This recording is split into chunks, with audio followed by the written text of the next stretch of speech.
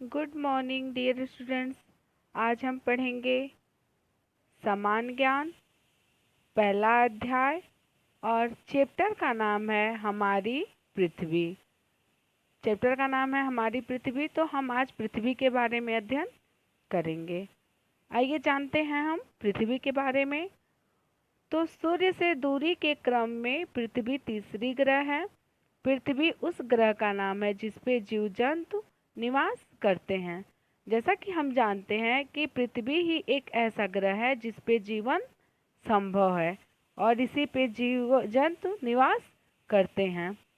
इसका केवल एकमात्र ही उपग्रह है, उसको कहते हैं चंद्रमा।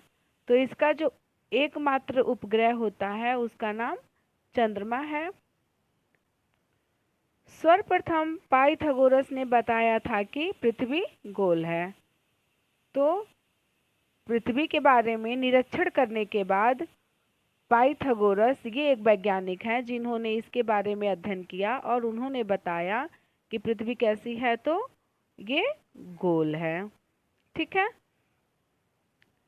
इस अध्याय में हम पृथ्वी के विषय में संक्षिप्त जानकारी प्राप्त करेंगे। तो आज हम क्या करेंगे कि पृथ्वी के बारे में संक्षिप्त जानकारी प्राप्त करेंगे। तो आइए जानते हैं पहला टॉपिक। पहले टॉपिक में है ऐसा अनुमान लगाया गया है कि पृथ्वी की आयु लगभग 200 से 250 करोड़ वर्ष है। ये अनुमान के द्वारा बताया गया है कि इसकी उम्र आयु कितनी है, तो 200 से 250 करोड़ वर्ष है। ठीक है।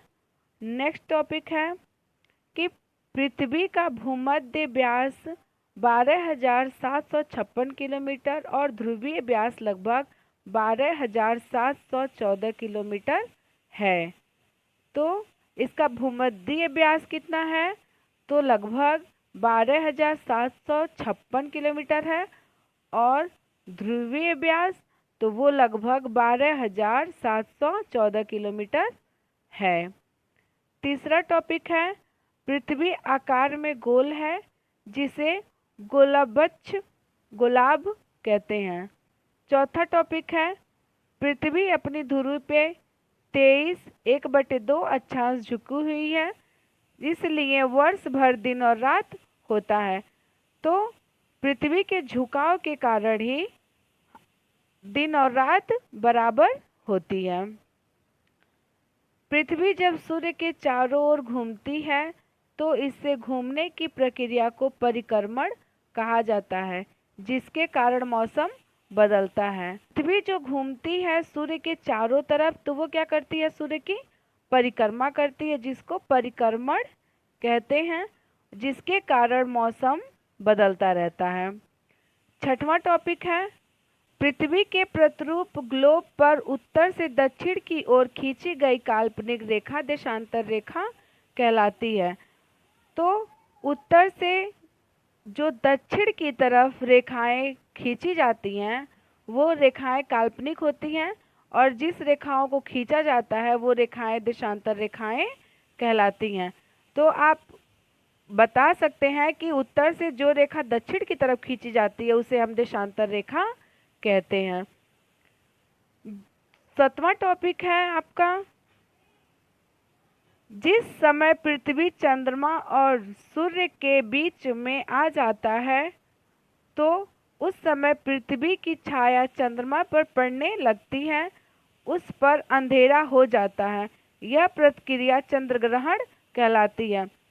तो जिस समय पृथ्वी चंद्रमा और सूर्य के बीच में आ जाता है, पृथ्वी किसके, चंद्रमा और सूर्य के जब बीच में आ जाता है तो पृथ्वी की छाया किस पे पड़ती है, तो चंद्रमा पे इसकी छाया पड़ने लगती है, जिसके कारण क्या होता है, अंधेरा हो जाता है, जिसको हम चंद्र ग्रहण कहते हैं या चंद्र ग्रहण कहलाता है। 8वां टॉपिक है चंद्र ग्रहण सदैव पूर्णिमा को होता है। चंद्र ग्रहण उसी पूर्णिमा को होता है जब चंद्रमा पृथ्वी के कक्ष तल में होता है। तो चंद्र ग्रहण अक्सर कब लगता है, तो ये पूर्णिमा को लगता है और इसके लगने की जो प्रक्रिया होती है जब चंद्रमा पृथ्वी के कक्ष तल में आता है तो चंद्र ग्रहण की स्थिति होती है। अब आपका टॉपिक है 9वां, जब चंद्रमा पृथ्वी और सूर्य के बीच में आता है, जब इस वजह से सूर्य का प्रकाश पृथ्वी पर नहीं पहुंच पाता, यह प्रक्रिया चंद्र ग्रहण कहलाता है। तो जब चंद्रमा पृथ्वी और सूर्य के बीच में आता है, पृथ्वी और सूर्य के बीच में जब चंद्रमा आ जाता है तो इसकी वजह से सूर्य का प्रकाश जो होता है वो पृथ्वी तक नहीं पहुंच पाता, जिसके वजह से सूर्य ग्रहण लगता है, सूर्य ग्रहण की प्रक्रिया होती है। लास्ट टॉपिक है 10वां, सूर्य ग्रहण अमावस्या को होता है, परंतु यह आवश्यक नहीं कि प्रत्येक अमावस्या को सूर्य ग्रहण हो।